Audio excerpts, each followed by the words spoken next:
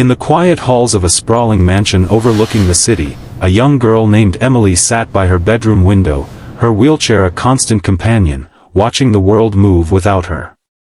Born with a rare condition that left her legs unresponsive since birth, Emily had everything money could buy: top doctors, custom therapies, even a private pool for hydrotherapy, but nothing could make her walk.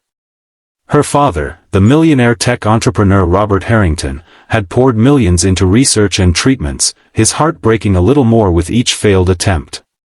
Yet, on this ordinary afternoon, as leaves danced in the autumn breeze, a poor boy from the wrong side of town would do something unbelievable, sparking a miracle no one saw coming.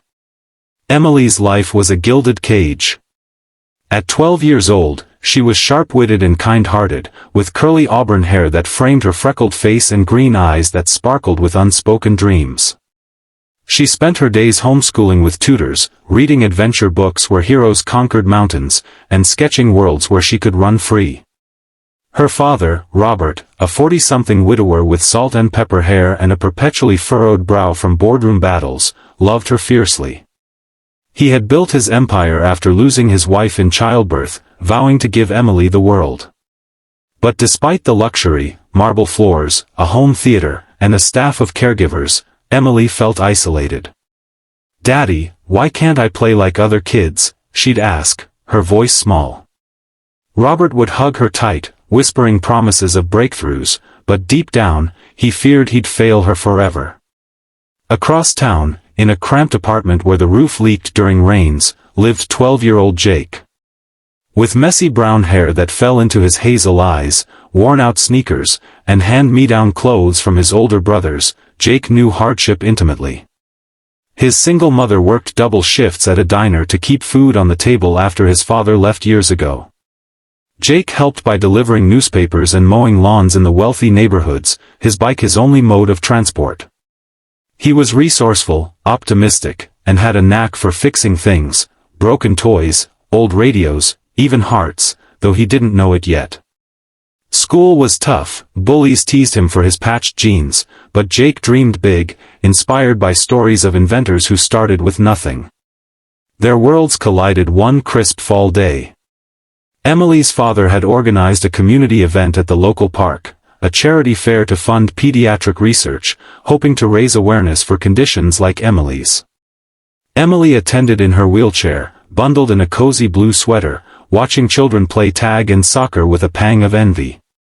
Jake was there too, not as a guest, but working a booth selling homemade lemonade to earn extra cash for his mom's birthday gift. As the crowd thinned, a sudden gust of wind knocked over a display near Emily, scattering flyers everywhere. Jake rushed over, gathering them up with quick hands. "Here you go," he said, handing them to her with a grin. Emily looked up, surprised by his easy kindness. "Thanks. I'm Emily." "Jake," he replied, noticing her wheelchair but not staring. Instead, he asked, "Wanna try some lemonade? It's my secret recipe, extra tangy." That simple interaction sparked something. Emily, unused to kids her age treating her normally, laughed at his jokes about sour faces.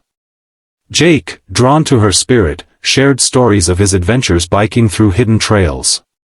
Before long, they were chatting like old friends. Robert watched from afar, intrigued by the boy's genuine demeanor. As the event ended, Jake offered to push Emily's wheelchair back to the car. "You don't have to," she said shyly.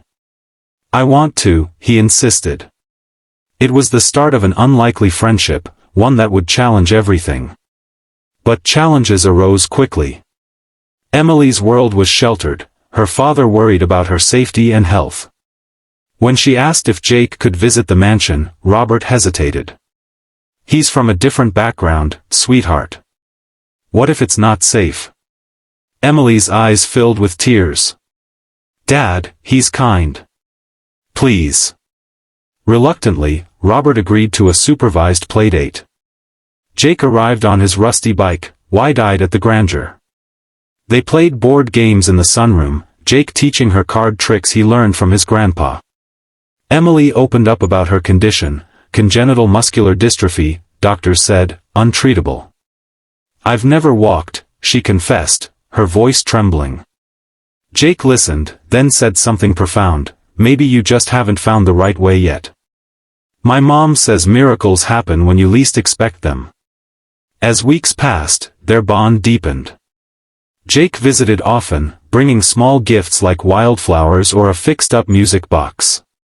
He encouraged Emily to try new things, wheeling herself faster in the garden, even attempting arm exercises he saw online. But tension built when Robert discovered Jake sneaking Emily out to the backyard for adventures. One evening, during a heated argument, Robert confronted Jake. "You don't understand her needs. You're putting her at risk." Jake stood his ground, eyes fierce. "Sir, with all due respect, she's stronger than you think. She just needs someone to believe in her, not wrap her in bubble wrap." Emily, overhearing, wheeled in defiantly. "Dad, he's right. I want to live, not just exist." The turning point came during a stormy weekend. Emily had a setback, a muscle spasm that left her in pain, confined to bed. Doctors visited, prescribing more rest, but Emily spiraled into despair. "I'll never walk, will I?" she sobbed to Jake over a video call. Jake, refusing to let her give up, hatched a plan. He researched tirelessly at the public library, poring over books on physical therapy and motivation. Inspired by stories of kids overcoming odds through sheer will and support, he built a makeshift parallel bar setup from scrap wood and pipes he scavenged. It wasn't fancy, but it was sturdy. "This is for you," he told her, unveiling it in the mansion's gym under Robert's wary eye. The first attempts were grueling. Emily gripped the bars, her arms shaking, legs dangling lifelessly. "I can't," she whispered, tears streaming. Jake knelt beside her, holding her steady. "You can. Remember that story you love? The hero who climbed the mountain one step at a time? This is your mountain." Day after day, they practiced. Challenges mounted, Emily's frustration led to outbursts, Jake's exhaustion from balancing school and work showed, and Robert grappled with letting go. Media caught wind of the poor boy and the millionaire's daughter, turning their story into a spectacle, adding pressure. Bullies at Jake's school mocked him for playing hero, and Emily faced doubts from specialists who called the bars unsafe. Yet, resolutions emerged through perseverance. Robert, seeing Jake's dedication, hired experts to refine the setup, blending Jake's ingenuity with professional therapy. Emily's physical strength grew, but more importantly, her mental resilience. Therapy sessions addressed her fears, and Jake shared his own vulnerabilities, his absent father, his mom's struggles, making them relatable equals. One breakthrough morning, with Jake cheering and Robert holding his breath, Emily pulled herself up on the bars. Her legs, though weak, twitched with effort. Weeks of grueling sessions followed, incorporating hydrotherapy and electrical stimulation, but it was Jake's unwavering belief that fueled her. The unbelievable moment arrived on a sunny spring day, 6 months after they met. In the garden, surrounded by blooming roses, Emily stood between the bars. "Ready?" Jake asked, his voice steady. She nodded, gripping tight. With a deep breath, she shifted her weight, and took her first step. Then another. Tears flowed as she walked a few paces into Jake's arms for a hug. Robert rushed over, embracing them both, his empire paling in comparison to this miracle. Doctors later attributed it to a combination of therapy and neuroplasticity, but everyone knew Jake's something unbelievable, his simple, profound act of friendship and faith, had ignited the spark. Emily's life transformed. She walked more each day, eventually without aids, chasing dreams of school and travel. Jake's family received support from Robert, a scholarship fund, a better home, but Jake earned it through his own grit, inspired to study engineering. Their friendship endured, a testament to bridging divides. Robert learned that wealth couldn't buy everything. Sometimes, it took a poor boy's heart to unlock the impossible.